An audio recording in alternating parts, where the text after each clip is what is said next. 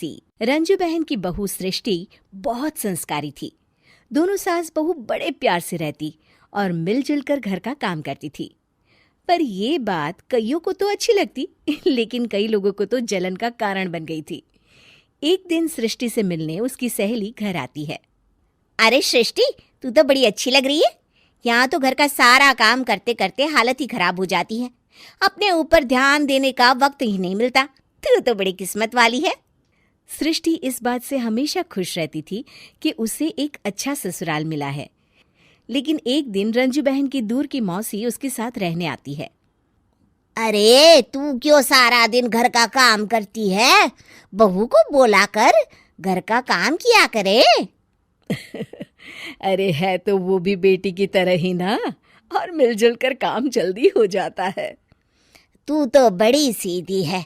देख कैसे मटक मटक के सारे घर में घूमती है तेरी बहू। मेरी बहू होती तो इस वक्त मेरा पैर दबाती। क्या ये तेरे पैर दबाती है? पैर तो कभी नहीं दबाए इसने मेरे। ये सुनकर रंजना मौसी समझ जाती है कि उसने अपना काम कर दिया। अब जल्दी सास बहू में जंग होगी। मौसी मुस्कुराती हुई वहां से निकल जाती है। एक दिन रंजना मौसी सृष्टि से कहती है, तुम्हारे कान के झुमके तो बड़े सुंदर लग रहे हैं। जरूर तुम्हारी सास ने दिए होंगे। नहीं मौसी, मेरी माँ ने दिए हैं। अच्छा, फिर तेरी सास मुझे क्यों कह रही थी कि ये झुमके उसने तुम्हें दिए हैं? उसे झूठ नहीं बोलना चाहिए था। वैसे तुम्हारी सास ये भी कह रही थी कि तुम्हें खाना बनाना नहीं आता, तभी उस बेचारी को सारा दिन तुम्हारे साथ काम करने के लिए किचन में लगना पड़ता है। ऐसी तो कोई बात नहीं है। मुझे खाना बनाना नहीं आता। अरे मैंने तो खुद उन्हें खाना बनाना सिखाया है मौसी।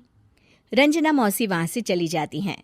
किचन में सृष्टि खाना बना रही होती है कि तभी उसकी सास वहां आ जाती है और वो कहती है, आज मेरे पैर में बहुत दर्द है, खाना तू ही बना ले।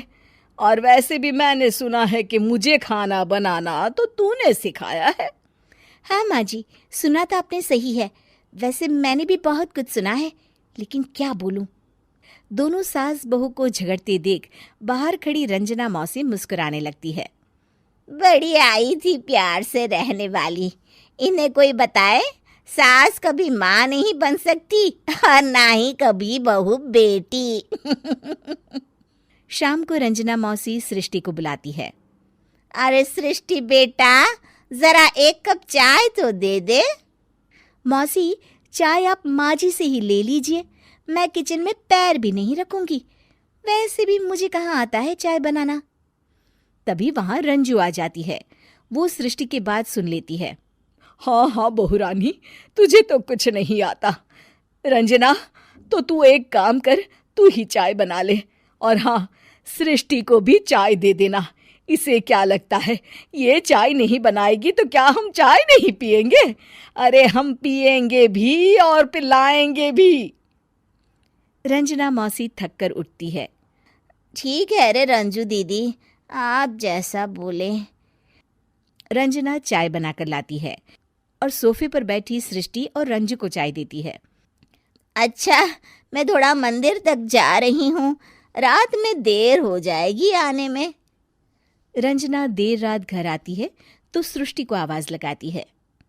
अरे बहू रानी, कुछ खाने को तो दे दे, बहुत जोर से भूख लगी है। मैंने कोई खाना वाना नहीं बनाया मौसी। वैसे भी आपकी बहन तो कहती है ना कि मुझे खाना बनाना आता ही नहीं। हे भगवान, अब यह फिर से ना शुरू हो जाए। तभी वहां रंजू आ जाती है। रंजू, आज खाना तुम ही बना लो, और हाँ, थोड़ा खाना सृष्टि को भी दे देना, ताकि इसे भी पता चले कि हमारे यहाँ खाने का स्वाद क्या होता है। रंजना बेचारी किचन में जाकर पूरे घर का खाना बनाती है। जब वो खाना बनाकर बाहर निकलती है तो सास बहू टेबल पर बैठकर उसका इंतजार कर रही होती हैं। लाओ रंजू, जल्दी खाना लाओ, बहुत जोर की भूख लगी है। सास बहू खाना खाकर अपने अपने कमरे में चली जाती है। अगले दिन सुबह रंजू रंजना के कमरे में जाती है। अरे रंजू, अभी तक सो रही हो? जरा नाश्ता तो बना दो। तुम्हें तो पता है ना कि बहू आजकल किचन में पाँव भी नहीं रखती। पता नहीं किसने उसके कान भरे हैं। चलो अब उठो और नाश्ता बनाओ। और हाँ, सृष्टि को भी दे देना खाने के लिए। अरे उसे भी तो पता चले कि हमारे घर का नाश्ता कैसा होता है। मैं नीचे जा रही हूँ, जरा जल्दी वक्त पर आ जाना। हाँ। रंजना नीचे उतरती है और उसके हाथ में सूटकेस होता है। अरे रंजू, कहाँ जा रही हो? नाश्ता नहीं बनाओगी? अरे मौसी, बहुत जोर की भूख लगी है, नाश्ता अभी तक नहीं बना। अरे मैं कुछ नहीं बनाऊंगी, मैं तो घर जा रही हूँ। तुम सास बहू के चक्कर में मेरी तो कमर ही टूट गई। अरे अरे मौसी, कहाँ जा रही हो? तुम चली जाओगी तो हम सास बहू को खाना कौन खिलाएगा? रंजना मौसी भागते हुए कहती है। अरे मेरे बस की नहीं है, मुझे माफ करो। मैंने तो गलती कर दी तुम दोनों के बीच में झगड़ा लगाकर। रंजना मौसी के जाने के बाद रंजू सृष्टि से कहती है। बढ़िया आई थी हमारे बीच लड़ाई लगवाने वाली। अरे कौन कहता है कि सास माँ और बहू बेटी नहीं बन सकती? सही कह रही हैं माँ।